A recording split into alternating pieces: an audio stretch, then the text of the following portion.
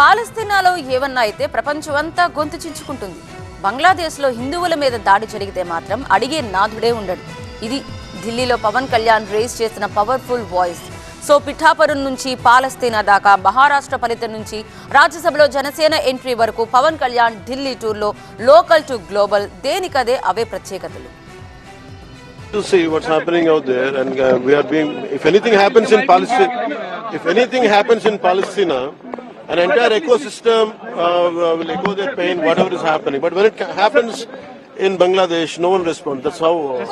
3 రోజులు 6 కేంద్ర మంత్రులతో భేటీలు, డిమాండ్ల చిట్టా సమర్పించడాలు, అక్కడికక్కడే హామీలు తీసుకోవడాలు. అయినను పోయి రావలే హస్తినకు అంటూ ఒకవైపు పార్లమెంట్ సమావేశాలు జరుగుతున్నా మీరు ఎన్పిఎస్ వాత్సల్య పథకం ద్వారా మీ పిల్లల ఫ్యూచర్ కోసం 10 కోట్ల కార్పస్ ని క్రియేట్ చేసుకోవచ్చండి. అది ఎలాగో మీకు తెలియాలంటే ఇప్పుడే ఫ్రీడమ్ యాప్ ని డౌన్లోడ్ చేసుకోండి.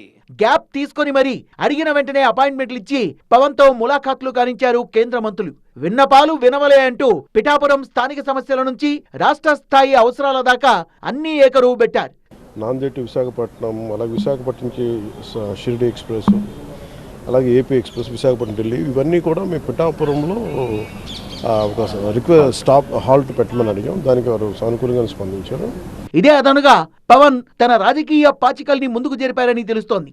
ఇక్కడే రాజ్యసభ ఎన్నికల ప్రస్తావన కూడా వచ్చిందని ఢిల్లీ పొలిటికల్ సర్కిల్స్ చెప్తున్నాయి. మోపిదేవి వెంకట్రమణ, బీద మస్తాన్ రావు, ఆర్ కృష్ణయ్య ఈ ముగ్గురి రాజీనామాలతో ఖాళీ అయిన బెర్తుల్లో ఒకటి దాదాపుగా జనసేన ఖాతాలో పడ్డట్టే లెక్క.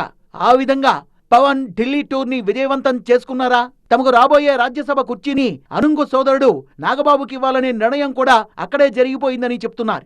ఈ మేరకు ఢిల్లీ పెద్దల దగ్గర నాగబాబు పరిచయ వాక్యాలు కూడా పూర్తయ్యాయని జనసేనలో నడుస్తున్న టాక్. బీజేపీ అగ్రనేతల్లో ఒకరైన జాతీయ ప్రధాన కార్యదర్శి బిఎల్ సంతోష్ తో కూడా భేటీ అయ్యారు పవన్ కళ్యాణ్.